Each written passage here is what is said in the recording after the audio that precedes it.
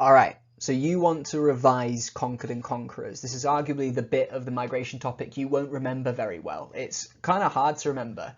This period of time jumps, really big stretches. There are mentions of loads of different names of people and loads of different names of kings who've got numbers at the end of their name. It doesn't really help you. But I'm trying to run through quickly what has happened during this period of time and what you need to keep in mind as you remember these kinds of information.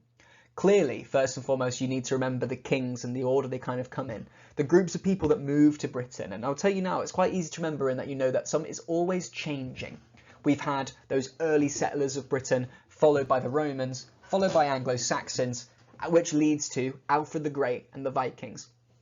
Alfred the Great manages to beat off the Vikings and stop them from, invading Britain. He creates the Danelaw, which leads to Athelred, his son, having a few issues with this Danelaw, which then leads to Canute being able to take over the country and create this North Sea Empire.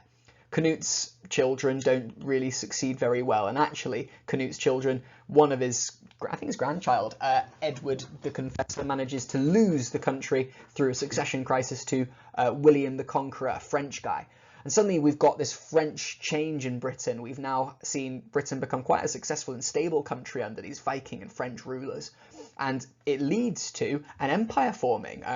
William the Conqueror's great-grandchild, Henry II, manages to form this Angevin empire with Ireland and most of France being included. So Britain is now a real strong mainstay empire in Europe.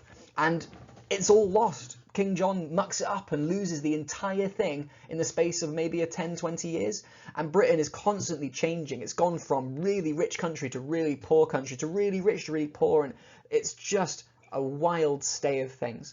And it all culminates in this 100 Years' War, which is, again, confusing. We don't really know why it starts. It lasts 100 years, but it creates, for the first time, and finally, an English identity. What you need to really keep in mind during this Conquered and Conquerors section is that we're looking at migration here. It's always going to be asking you about similarities and differences between groups of people. Why did people move to Britain and why did they leave? Most of the time in this section, they're going to be coming to Britain. Why did the Vikings come to Britain? Why did the French come to Britain? Why did Britain go to France? Why did Edward III go there? Knowing the reasons behind each of these will help you understand what the point of this whole unit is. I think, as well as that, think about the factors that have moved people here for that fourth question, the 16 marker. Think about the governments that have occurred here. A lot of these kings would count as governmental figures. Think about economics, the gold that the Vikings came with and other reasons, the wine that caused the 100 Years' War in a way. Think about maybe even the religious stuff. Christianity has been kind of prominent throughout, and it's actually been a bit of a major reason that brings people to Britain. The Normans came to Britain because of Christianity, and the Vikings were converted to Christianity as well. These kind of factors do persist throughout, and another one, all of these people are individuals as well that you could use. Just feel confident on what each king does and why they are important. If you know each of those, you will do fine with any reference to Conquered and Conquerors.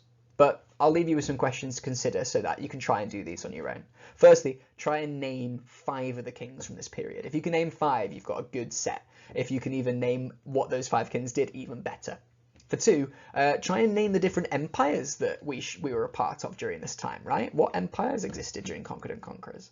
3, which figures do you think are the most important in forging an English identity here? Which kings do you think made England or English people feel like a group of people? You could say the 100 Years' War, that's the most recent thing I've talked about, but you could maybe even say that Alfred the Great formed an identity. I think John could be argued as forming an identity if you say that everyone hating someone's an identity, right? Argue those points, see if you can come up with something.